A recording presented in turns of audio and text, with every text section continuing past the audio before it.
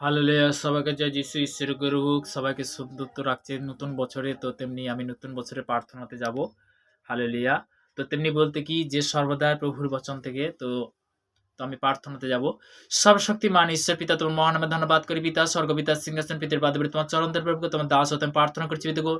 ভারতবর্ষের বিভিন্ন প্রান্তে যারা বিশেষ করে পিতাগো এই মুহূর্তে গর্ভজীবনের মধ্যে কাজের মধ্যে রয়েছে প্রত্যেকটা সন্তানের প্রার্থনা তোমার ব্লাড কভার করো, তাদেরকে তুমি সুরক্ষিত রাখো পিতাগো। পিতাগো এই মুহূর্তে প্রার্থনা করছি ভারতবর্ষে বিশেষ করে পিতাগো যারা ইন্ডিয়ান সৈনিক বিভিন্ন কাস্ট থেকে পিতাগো প্রত্যেকটা সন্তানের প্রার্থনা তাদেরকে ব্লাড করো, তাদেরকে তুমি সুরক্ষিত রাখো প্রভু। প্রভুকে রোজ যেমন রুটিন অনুসারে পিতাগো তোমার চরণতলে যেমন আসছি পিতাগো। পিতাগো সর্বদা আজকের বিশেষ করে পিতাগো যে কি বাক্য ভোজন পিতাগো তুমি তো বলবে, আমি তো নয় প্রভু। প্রভু তোমার বাক্য বলেছিল পিতাগো আদিতে বাক্য ছিল, বাক্যে পিতা আপনার সমস্ত কিছু সৃষ্টি করেছে, যে বাক্য অনুসারে তোমাকে চাঁদ করছি। মার্ক লিখিত সুসমাচার তার 2 অধ্যায় তার 10 পদে প্রভু তোমার বচন বলে, কিন্তু পৃথিবীতে পাপ ক্ষমা করতে মনুষ্যপুত্রের ক্ষমতা আছে, ইহা যেন তোমরা জানিতে পারো।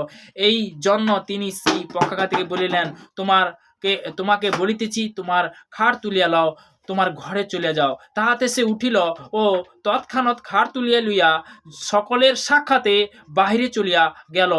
ইহাতে সকলে অতিশয় আশ্চর্যিত হইল, আর এই বলিয়া ঈশ্বরের গৌরব করিতে লাগিল যে এমন কখনো দেখা যায়নি। হালেলুইয়া! প্রভু স্তুতি হোক। তো তেমনি বলতে কি প্রভুর বড় বড় মিরাকেল করেছেন তিনি। বড় বড় বলতে কি যে ব্যক্তিকে বলতে কি যে মনুষ্য সন্তানকে তাদেরকে কি করেছে, সুস্থতার জীবন দিয়েছে।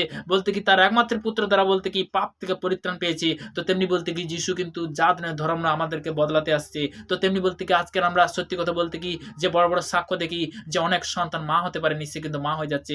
অনেক ফ্যামিলি প্যারালাইস থেকে কি হচ্ছে, বহুত ডাক্তার দেখে কিন্তু সে সুস্থ হতে পারেনি, সুস্থ হয়ে যাচ্ছে। আমরা বড় বড় সাক্ষ্য দেখছি ক্যান্সার ভালো হচ্ছে, বাবা কথা বলছে, অন্ধ দেখছে, ল্যাংড়া চলছে। আমরা বড় বড় সাক্ষ্য দেখছি বিভিন্নভাবে জবের মধ্যেও প্রবলেম, তার থেকে জব পাচ্ছে।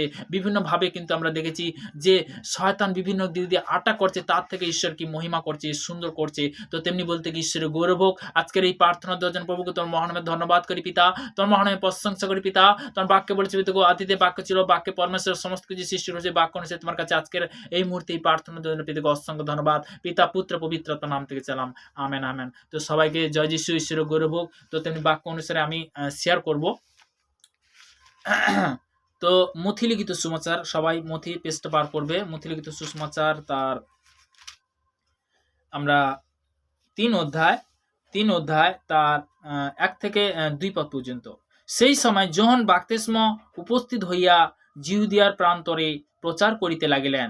তিনি বলিলেন, মন ফিরাও, কেননা স্বর্গ রাজ্য সন্নিকট। তো তেমনি বলতে কি যোহন বলতে কি সে কিন্তু মনুষ্য রূপ ছিল, সে সবাইকে বলছে যে স্বর্গ রাজ্য কি সন্নিকটের মধ্যে।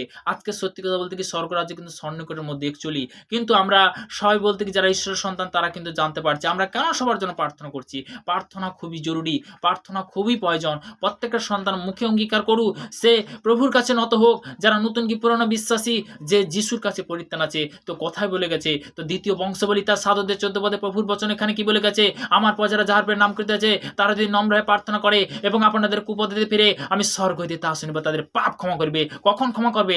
যখন তুমি তার কাছে নত হবে। তুমি কার কাছে? পিতা পরমেশ্বরের কাছে। তো তেমনি বলতে কি আজকের সত্যি কথা বলতে কি তার কোনো আকার নেই। আমরা বলতে কি তিনি কি নিরাকার। তো তেমনি সেই নিরাকার ঈশ্বরের কাছে আমরা আজকের আসতে পেরেছি। তো তেমনি বলতে কি এখানে জীবিত ঈশ্বরের কাছে আসতে পেরেছি। পিতার বাক্য বলেছে যদি তুমি মন থেকে যদি তাকে গ্রহণ করো, মন থেকে তাকে যদি সম্মান করো, তুমি তোমার জীবনে বলতে কি তুমি বড় বড় মিরাকেল দেখতে পাবে।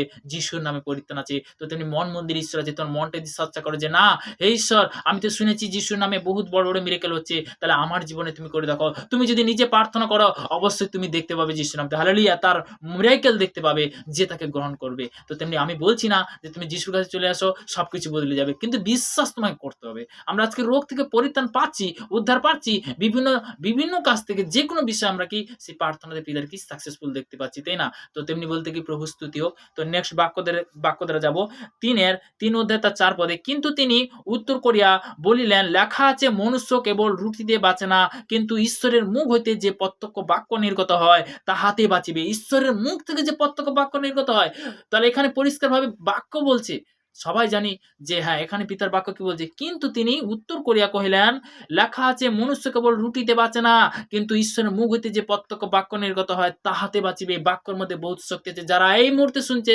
যিশুর নামেতে ইউটিউব, ফেসবুকে তাদের জীবনে বড়, বড় গুড নিউজ তুমি আসবে যিশুর নামে। তুমি আশীর্বাদে পরিণত করবে যিশুর নামে।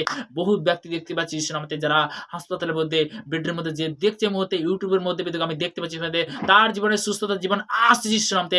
আমি প্লেস করি যিশুর নামে। পিতাকে সর্বদা আজকে পিতাকে বিশেষ করে যে সকল সন্তানরা যারা বিশেষ করে গৃহের মধ্যে যে বিশেষ করে গৃহের মধ্যে, ঘরের মধ্যে, বাড়ির মধ্যে যারা রয়েছে পিতাগো, তারা যে পীড়িত ব্যক্তি, অসুস্থ ব্যক্তি তারা দেখছে বিশ্বাসের সহিত তাদের জীবনে সুস্থতা জীবন আসছে যিশুর নামে। আমি প্লেস করি যিশুর নামে। তার নিজের নামে সে প্রার্থনাতে সুস্থ তো হবে যিশুর নামেতে। আমি প্লেস করি যিশুর নামে। পিতা, পুত্র, পবিত্র আত্মার নাম থেকে চাইলাম, আমেন আমেন। সবাইকে জয় যিশু, ঈশ্বরের গৌরব, সবাইকে ভালো রাখু। তো তেমনি 2024 সাল আগানোর সাল আছে, পিতা আশীর্বাদ করু, আমেন আমেন।